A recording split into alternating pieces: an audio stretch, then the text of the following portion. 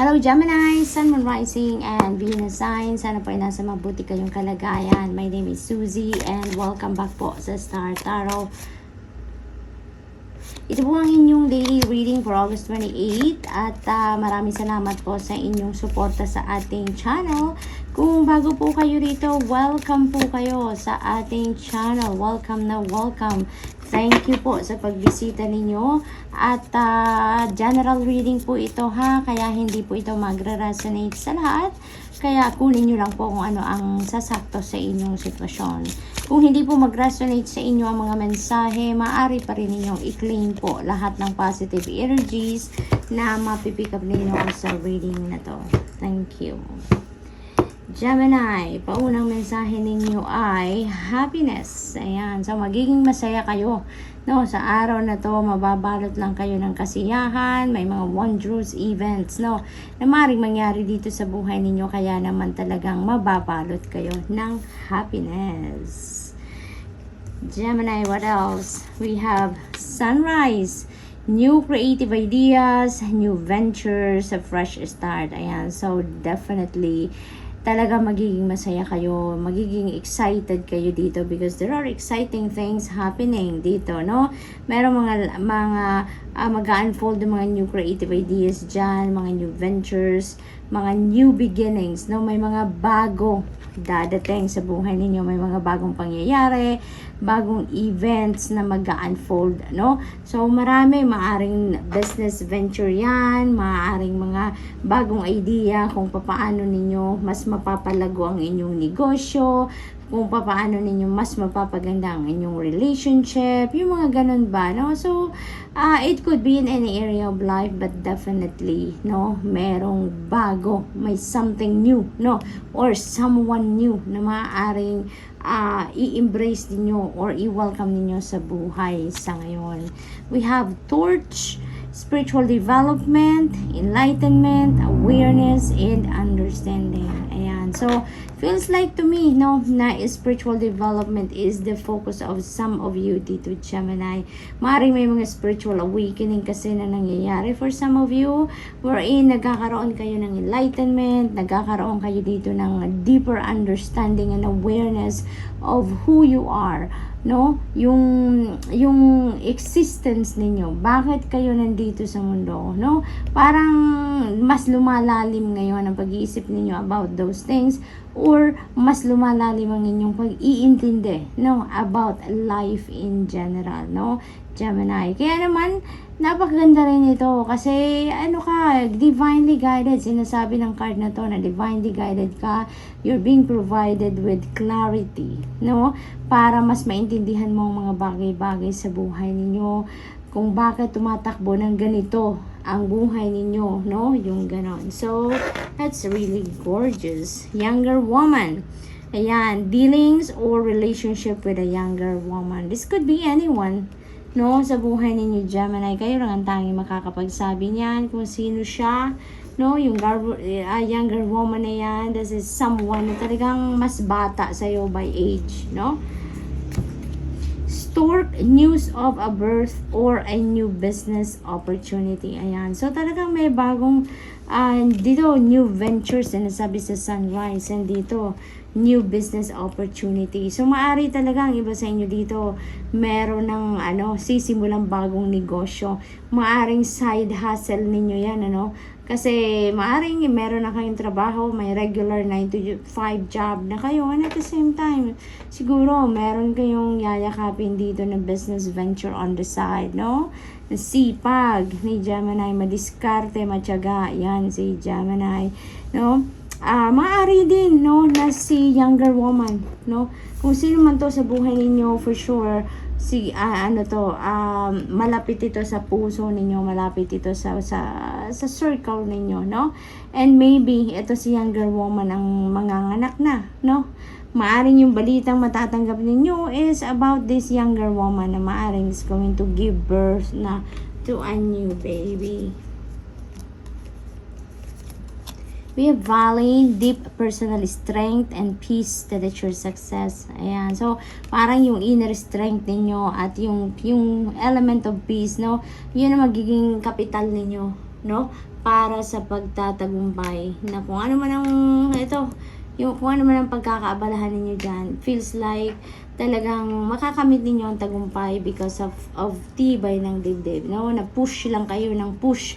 Walang nothing is getting in your way, or no one can get in your way, no? Yung parang ganon. You also have energy of the cat, a two-faced friend. Ayan. So, maaari din Geminis na si younger woman, this is a two-faced friend. Akala ninyo, talagang tunay nyo siyang kaibigan, genuine ang pagkikipagkaibigan niya sa'yo. Maybe ngayon, you'd be able to, to figure out or to discover na yan pala ay hindi naman totoo, no? Yung lang siya, yung nakikipagkaibigan lang siya because meron siyang agenda, no, sa iyo. So, maaring ganon. So, mag-ingat kayo dyan, no? We have Camel, persevere and you will overcome problems. Ayan. Pagpakatatag ka, pagsikapan mo, pagtsagaan mo, no? At kung ano man yung mga maaring ma-encounter yung problema around this time, Gemini, talagang that will be solved. Okay? Mahahanapan ninyo yan ng solusyon. Pagtsatsagaan nyo lang, magdasal lang kayo, hingi kayo ng enlightenment, clarity sa divine universe, at saka maaring yung problems na to may be caused by this two-faced friend, no? Yun ang aking napipick up dito for some of you. Kasi si Kat nakatingin din sa doon eh. So, maaring parang this symbolizes ikaw, at saka yung cat na to symbolizes your two-faced friend. So, nakatingin siya sa iyo. So, maaring siya ang nag-cause na kung ano man ang problema dito, no? Na maaari ninyong ma-encounter. We have the energy of the teapot, a deep friendship with someone of the same sex. Ayan. So, maybe,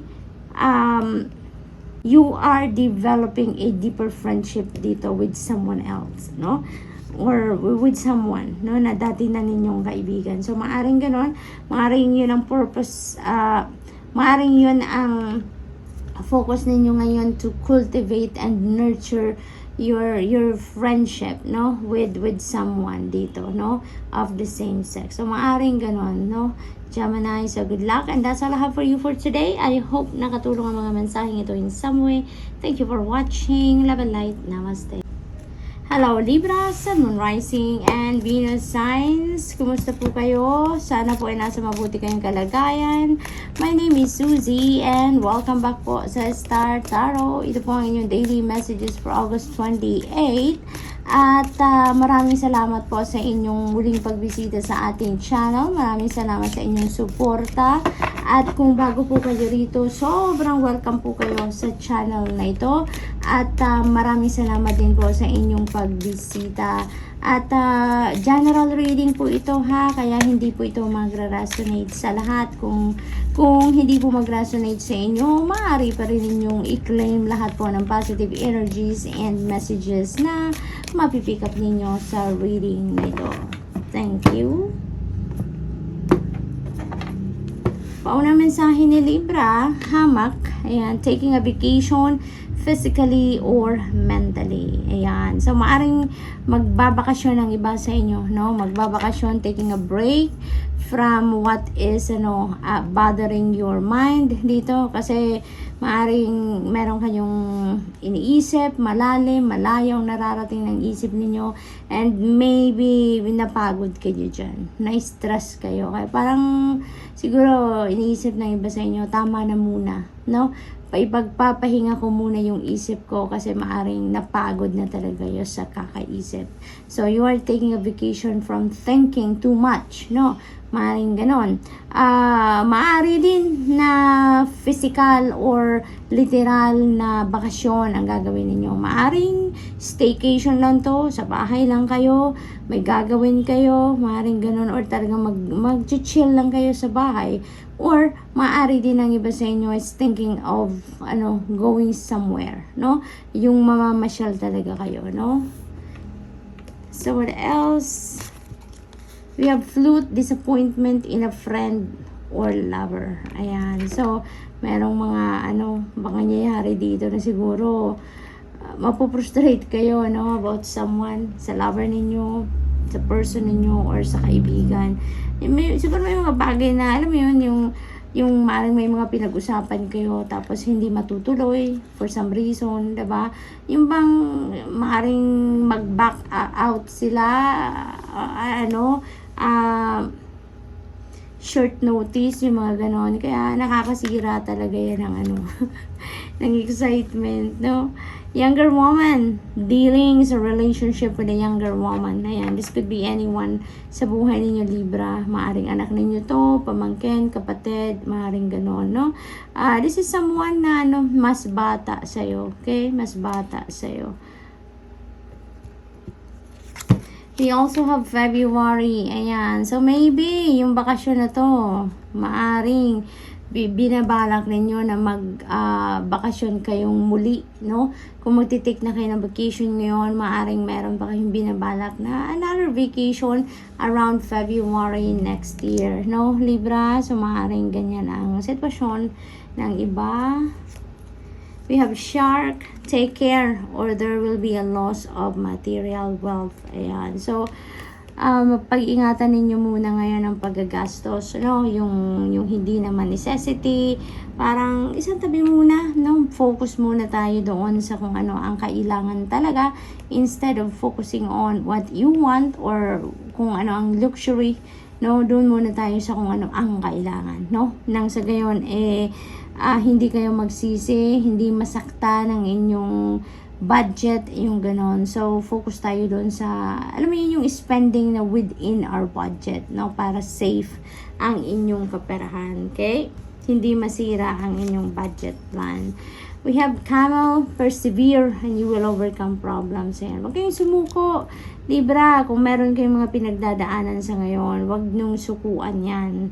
Unang-una, alalahanin ninyo na wala namang problema na binibigay sa atin ang Divine Universe na hindi natin kayang hanapan ng solusyon. Okay? That is just yung parang extra ingredient ng buhay natin so that we would be able to to learn something, no, na lesson sa buhay na talagang mapapakinabangan natin or magagamit natin in the future, no? Kaya huwag kayong paghinaan ng loob. Bagkus mag-persevere kayo, magsikap, pagtiyagaan ninyo, hanapin ang solusyon instead of dwelling on the problem itself, no? Dahil malalampasan ninyo yan, okay? We have secret admirer, ayan. So, base, meron secret admirer ang iba sa inyo dito, Libra. What else? We have Chairfield. Ayan, someone new is entering your life. Ayan, maaaring ito si younger woman, Maaaring makikilala ninyo itong baguhan. Maaaring maging kaibigan ninyo yan. Maaaring maging girlfriend ninyo yan. Maaaring ganon. Or maybe, maaaring maging kapartner ninyo yan sa sa proyekto, kakolaborate ninyo sa kung ano man ang inyong ginagawang negosyo, yung maaaring ganun ang sitwasyon. But definitely, someone is entering your life, no? Bago sa circle ninyo. We have the energy of the battle. You feel something is lacking in your life, perhaps love, money, or goals. Ayan, so nagne-negative, no, thinking si Libra ngayon. You know what, Libra? Maaring ang iba sa inyo talaga may iniisip, may nararamdaman na meron kayong kulang, no? May kulang sa buhay ninyo. Parang naghahanap kayo ng kung ano ang wala talaga sa buhay ninyo. But you know what, Libra, be careful with what you are thinking and what you are feeling. Okay? Be careful dahil alam nyo naman na ang thoughts natin and our feelings are very powerful. Diba? Kung ano yung iniisip natin, yun ang nararamdaman natin. At kung ano nararamdaman natin, yan ang nagtatranslate into our 3D reality. Kaya napakahalaga na yung mga ganitong sitwasyon, that is yung pakiramdam ninyo kulang kayo sa kung anumang bagay, mas magandang i-transmute nyo yan into a prosperous and abundant mindset, positive mindset. Nang sa gayon, ang mangyari sa buhay ninyo is maganda at positibo lang, no? Kasi if you're going to focus on what you don't have, diba? Tulad nito na you are feeling that something is lacking, you know, magma-magnify pa yan. Mas lalo kang mag-a-attract dyan ng mas madami pang bagay na kulang ka, no? Or magkukulang ka. Okay, Libra, so that is a very important reminder for you. So, that's all I have for you for today. I hope nakatulong ang mga mensaheng ito in some way. Thank you for watching. Love and light. Namaste. Hello, Aquarius, Sun, Moon, Rising, and Venus signs. Kumusta po kayo? Sana po ay nasa mabuti kayong kalagayan. My name is Suzy, and welcome back po sa Star Tarot. Maraming salamat po sa inyong muling pagbisita sa ating channel. Ay, teka lang po, baka hindi ko pa nasasabi. Ito po ang inyong daily messages reading po for August 28, okay? August 28, patapos na ang buwan. Ayan, so, general reading po ito ha. Kung hindi po ito mag-resonate sa inyo, maaari pa rin ninyong i-claim lahat ng positive messages and energies po na mapipick up ninyo sa reading na to, okay? Thank you. So, tingnan natin kung anong sitwasyon ni Aquarius. Anong mga mensahe. We have energy of the valley, deep personal strength and peace that ensures success. Ayan. So, para magigising dito ang inyong inner strength and courage. You know? At yun ang parang magiging kapital ninyo, no? Sa pagtatagumpay or sa paggawa ng mga bagay-bagay sa buhay ninyo na pagtatagumpayan ninyo dito, and definitely you will be finding the element of peace sa buhay ninyo dito kasi parang relax na, no? Parang dahil matibay ang inyong dibdib, malakas ang inyong loob, so confident kayo, no? Assertive kayo dito, kaya naman talagang peaceful at yung kalmado lang ang approach ninyo sa buhay-buhay dito. We have energy of the nest. Ayan, an emotionally secure, loving family is important to you. Ayan, so maaring kayo, Aquarius, you are talaga centered on your family, no? Maaring napaka mapagmahal ninyo sa inyong pamilya. Maaring your family is the most important thing sa iyo, at yun ang laging nasa number 1 priority ninyo, no? So maaring ganun ang sitwasyon. We have the energy of the coins. Money will be coming to you, Aquarius. Money will be coming to you. Ayan, so umuulan ng pera, malamang uulan ng pera sa inyo around this time, no? This could come from different sources, you know, Aquarius, kasi hindi naman dito malinaw kung saan to manggagaling, kung gaano kalaki. But yun nga, dahil uulan, so parang talaga to, blessings, di ba? Maaring financial gift yan, maaring windfall yan, no? Maaring mga ganon. Dogs getting together with friends. Ayan. So, getting together with your friends ngayon ang maaaring isa sa mga pagkakabisihan ni Aquarius. May mga catching up na mangyayari dito sa iba ninyong kaibigan. Marriage. Ayan. So, merong ikakasal dito, Aquarius, or maaring meron ditong magbubuo na ng pamilya, no? So, you are settling down na dito ang iba sa inyo, Aquarius. We have haystack, karma. You will reap what you have sown. Ayan. So, this is karma at play. Kung anong klaseng energy, kung anong klaseng vibration ang nilabas ninyo out in the universe in the past, sabi nito, that is exactly what is coming back to you, Aquarius. Kaya if you've been very helpful with other people before, kung napakamatulungin mo, kung masyado kang mapagbigay, you know, yung tumutulong at nagbibigay ka ng kahit anong meron ka na bukal sa loob mo, talaga, ay nako, talaga ngayon, no, bibiyayaan ka, 'di ba? Ang daming perang parating sa iyo, no? Ang daming pera, ang daming financial blessings na maaring dumating sa inyo, Aquarius, kasi nga siguro you've been very generous, no, sa ibang tao even before. So what else?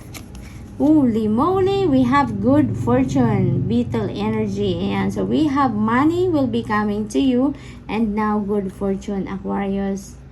Napakaganda nito pagdating sa kaperahan, lalo-lalo na, no? Talagang ang swerte ay nasa inyong horizon, Aquarius. Kaya claim nyo na to. Write it down in the comment section below that you are claiming, no, this good fortune and money that are coming to you, para yun talaga ang ma-expect ninyong mangyari or mag-unfold sa buhay ninyo. Mabalot kayo ng swerte, no? At yung swerte na to, yung good fortune na to, hindi lang to ibig sabihin na pangkaperahan lang to, kasi hindi naman siya specific, 'di ba, na fortune siya sa money matters, no? But this could be also in other areas of life. Maaring babalutin talaga kayo ng swerte ngayon, kaya maswerte kayo sa pera, maswerte kayo sa pamilya, maswerte kayo sa trabaho, sa inyong career, you know, it could be ganyan ang mangyari sa inyong Capricorn. Aquarius, maaaring meron kayong Capricorn placement sa inyong chart, or maybe you are dealing with a Capricorn. Kaya bigla na lang Capricorn ang lumabas sa bibig ko, ano? So maaaring ganon. So maaaring you are dealing with a Capricorn as well ngayong darating na araw, no? So Aquarius, napakaganda nito, ipagdasal nyo yan at i-align na ninyo ang inyong mga sarili, ang inyong mga energies, you know, towards this good fortune in money, no? And other parts of your life. We have harp, great happiness, ayan, good fortune and great happiness. Yun ang mararamdaman talaga ninyo. Sobrang saya, sobrang lalim na saya, dahil yun sa mga biyayang ito na parating sa inyo, Aquarius. Horse, short journey, ayan, may travel, no? Magta-travel kayo dito. Kaya ang napipick up ko dito, dahil priority ninyo ang inyong pamilya, maaaring yung short journey na to is travel papunta sa inyong mga kapamilya. Maaaring malapit lang din ito, no? Kasi short journey lang siya. So maaaring malapit lang ito sa inyong tinitirhan, ganon. And you are going to pay a visit sa inyong mga loved ones, sa inyong mga mahal sa buhay, no? So maaaring ganon ang sitwasyon. So mag-iingat and good luck. And that's all I have for you for today. I hope nakatulong ang mga mensaheng ito in some way. Thank you for watching. Love and light. Namaste.